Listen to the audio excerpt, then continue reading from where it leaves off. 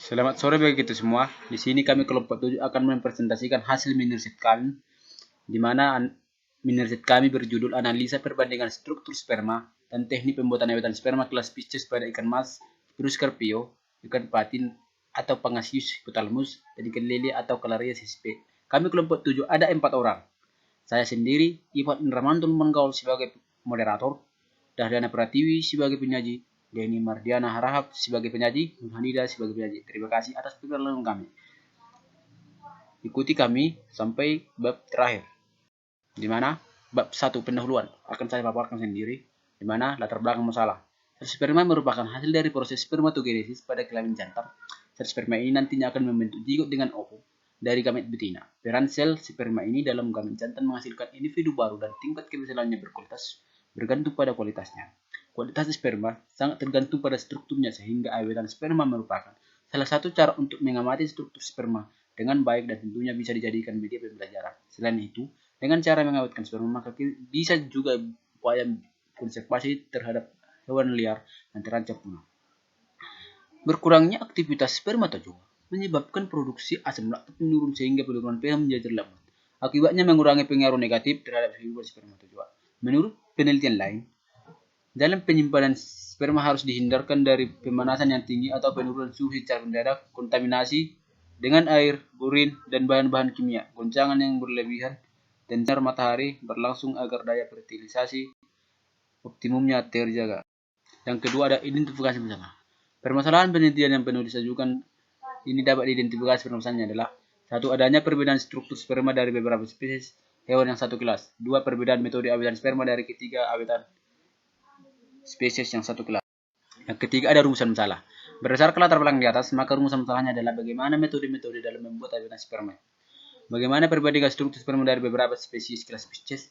Yang keempat ada tujuan. Berdasarkan masalah di atas, maka tujuan dari penulisan makalah ini adalah mengetahui tujuan pembuatan awetan sperma, mengetahui teknik membuat awetan sperma, mengetahui metode-metode dalam pembuatan awetan sperma, untuk mengetahui perbandingan struktur sperma kelas Pisces dari beberapa. Yang kelima ada manfaat. Manfaat dari penulisan makalah ini adalah untuk pembaca merupakan sumber informasi dan memperdalam ilmu pengetahuan. Yang kedua untuk meneliti, merupakan bahan untuk dijadikan penelitian lanjutan. Yang keenam ada hipotesis atau dugaan sementara. Ada beberapa perbandingan struktur maupun bentuk sperma antara beberapa spesies hewan dalam satu kelas Pisces. Bab 2 tinjauan pustaka ikan mas. Secara umum, ikan mas mempunyai sifat-sifat seperti hewan air omnivora yang lebih condong sifatnya hewan karnivora. Siklus reproduksi ikan mas dimulai dari gonad, yakni ovarium pada betina dan testis pada jantan. Dari ovarium akan dihasilkan telur dan dari testis dihasilkan spermatozoa. Pemijahan ikan mas dapat terjadi sepanjang tahun dan tidak tergantung pada musim. Secara alami pemijahan terjadi pada tengah malam sampai akhir fajar. Testis menunjukkan dua tahap pematangan, spermiation atau deposit penuh dan spermatogenesis aktif. Pada tahap sperma luminas, tubulus seminiferus diisi dengan spermatozoa dan kadang-kadang berisi kistil.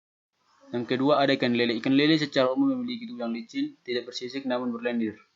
Tulang pelat ini membentuk ruang rongga di atas insang yang berisi alat bantu pernapasan, yaitu arborescent organ dengan bentuk menyerupai dedaunan dan berwarna merah.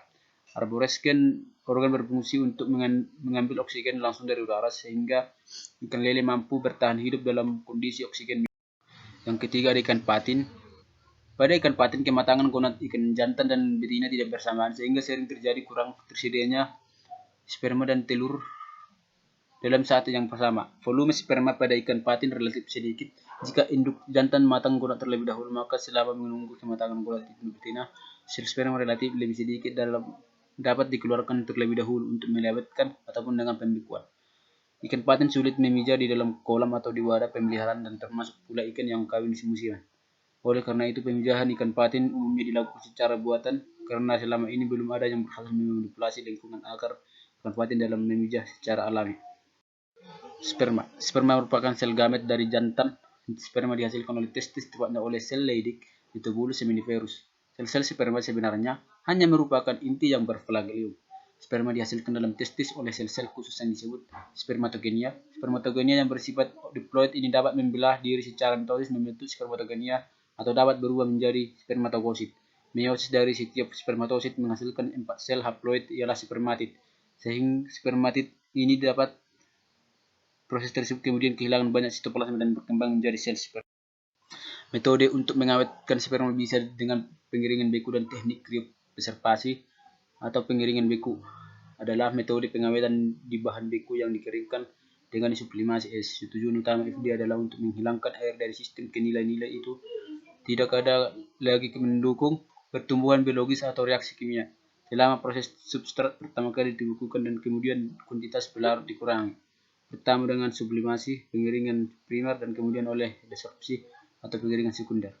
Upaya pertama untuk mengawetkan sel dengan dehidrasi dilakukan menggunakan bakteri, virus, dan jamur.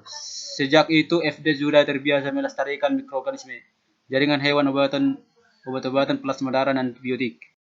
Kriopreservasi adalah teknik penyimpan sel hidup dan jaringan yang utuh secara struktural dalam jangka panjang di suhu yang sangat rendah. Adapun keuntungan kriopreservasi adalah sperma dapat digunakan kapanpun ketika dibutuhkan, dapat dilakukan pemijahan buatan di luar usia pemijahan. Demikian hasil pemaparan saya. Saya sampaikan kepada pemaparan kedua.